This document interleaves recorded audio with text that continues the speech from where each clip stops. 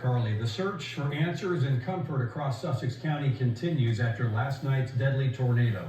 The National Weather Service is conducting a storm survey in the Bridgeville area. As you can see from this video from Chopper 16, they have plenty of evidence to sort through. We are still waiting to hear the exact EF rating of the tornado, and we will bring you that information as soon as we know.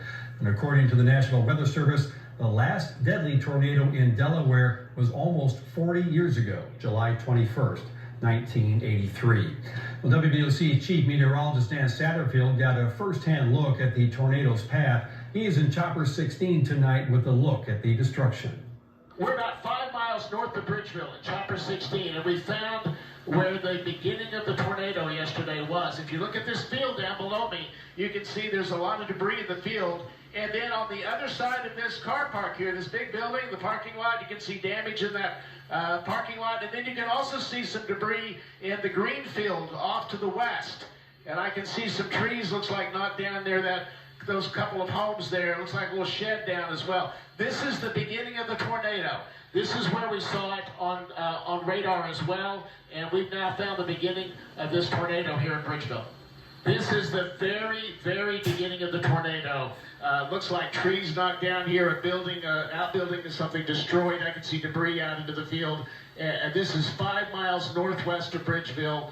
This is where the tornado began. You can see the track into the distance now.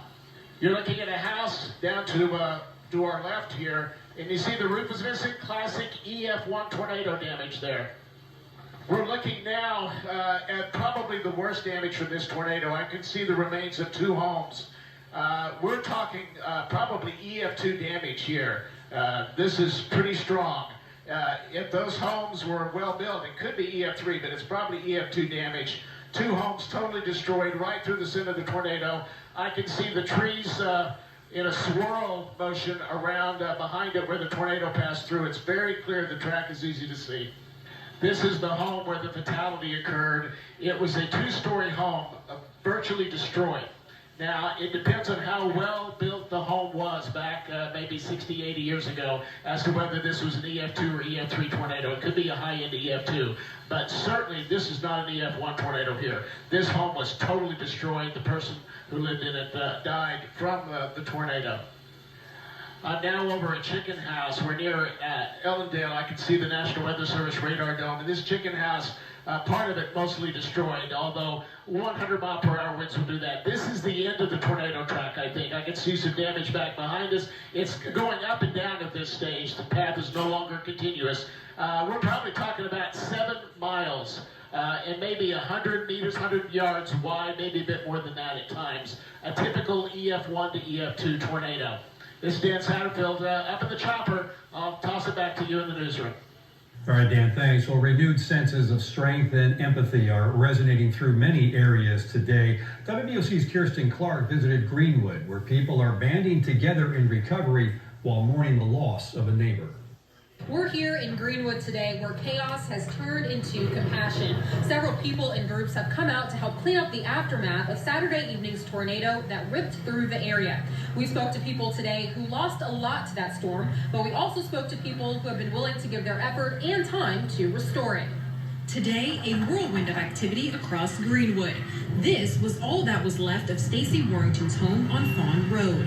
You walk out of your house on a regular day, you never think it's going to be the last time you walk out of your house. Neighbors grateful to be spared while grieving the loss of one who died after his home collapsed. Bless his heart. We know where he's at. And I'm thankful. 'Cause right now, we are being so blessed. Delaware State Police has not confirmed his identity. Now, cleanup crews break the calm after the storm.